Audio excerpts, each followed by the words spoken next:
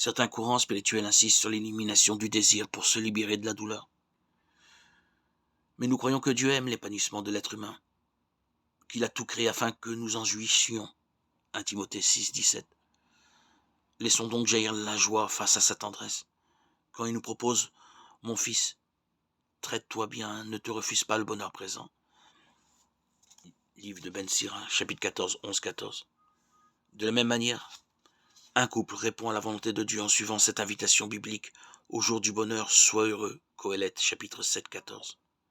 Le problème, c'est d'être assez libre pour accepter que le plaisir trouve d'autres formes d'expression dans les différents moments de la vie, selon les besoins de l'amour mutuel.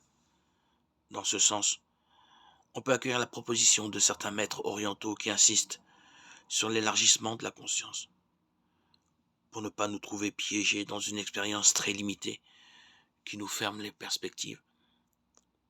Cet élargissement de la conscience n'est pas la négation ni la destruction du désir, mais sa dilatation et son perfectionnement.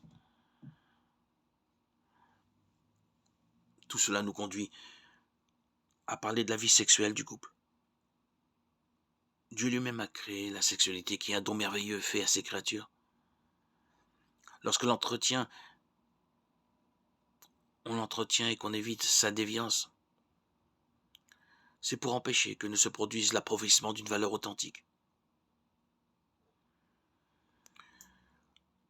L'enseignement ne doit pas conduire à une négation de la valeur du sexe humain, mais la tolérer en raison des exigences d'une nécessaire procréation.